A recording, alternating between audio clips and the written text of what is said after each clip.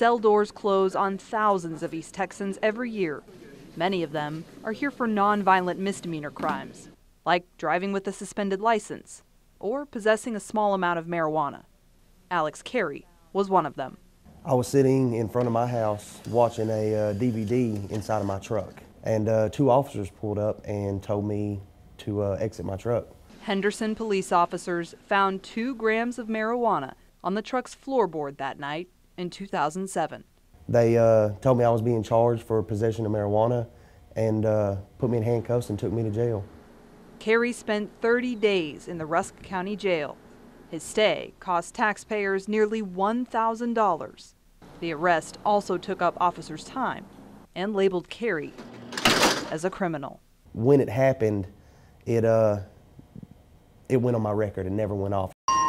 A Texas law passed 4 months after Carey's arrest is meant to change how cases like his are handled. House Bill 2391 allows arresting agencies in Texas to write a ticket with court summons for certain Class A and B misdemeanors rather than arrest people. That saves people from going to jail, saves officers the time to arrest and book in that suspect, saves the cost of keeping that suspect in jail, and eases any overcrowding issues. Yet East Texas agencies are not utilizing the law. We went through jail records from 3 of the largest East Texas counties and found the program would help 1,218 inmates in Smith County, 220 in Cherokee County, and 212 in Gregg County. Well, I think for a lot of people it's like, oh, just write them a ticket, you don't have to take them to jail. It's really not that simple. Officers do not have to arrest you under House Bill 2391. Work or going home. I just got off right now. But they still have to find a way to track your case through the court system. They've done that for a reason, and they've done it to put some teeth into it to make sure that we report it. Again, that reporting doesn't begin with a traffic ticket. That reporting begins with incarceration in the jail. You're going to put 2 fingers on this side and 2 fingers on this side. You are assigned a tracking number when you're booked in. Jails use that number to accurately report criminal activity to the state. If they don't report at least 90% of cases accurately, they lose state funding. It's not worth the potential mistakes that can be made to jeopardize that funding stream. Justice Assistance Grants, or the JAG program, is a big part of that funding structure. Gregg County did not receive any JAG funds last year.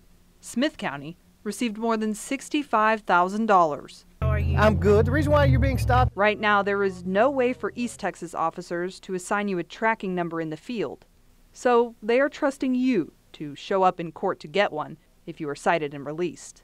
So when someone does not show up for court and you issue a warrant and go out and arrest them, you've kind of lost a lot of your gains by not having that person brought in the first place. Ron Stretcher is the criminal justice director for Dallas County. He says they tried a pilot program when House Bill 2391 passed. The people that were given the citations did not show up about 60% of the time. So you really have to look at what are you really going to save by doing these citations. A citation under House Bill 2391 is different from a traffic ticket. Possession of marijuana is a jailable offense with fines of up to $4,000. Traffic tickets are a Class C misdemeanor. They do not require an arrest and are not tied to grant funding. My position is if you want to treat these offenses as if they are Class C, you need to go in and change the book so that that's in fact how they are. Many East Texas officials agree. They are waiting to see what happens with marijuana reform bills. We announced the introduction of HB 507. During this year's legislative session. If the legislature legalized it, then they legalize it.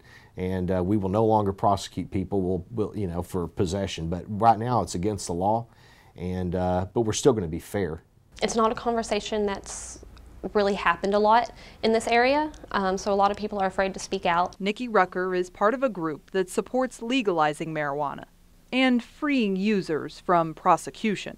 It ruins lives. People can lose their job.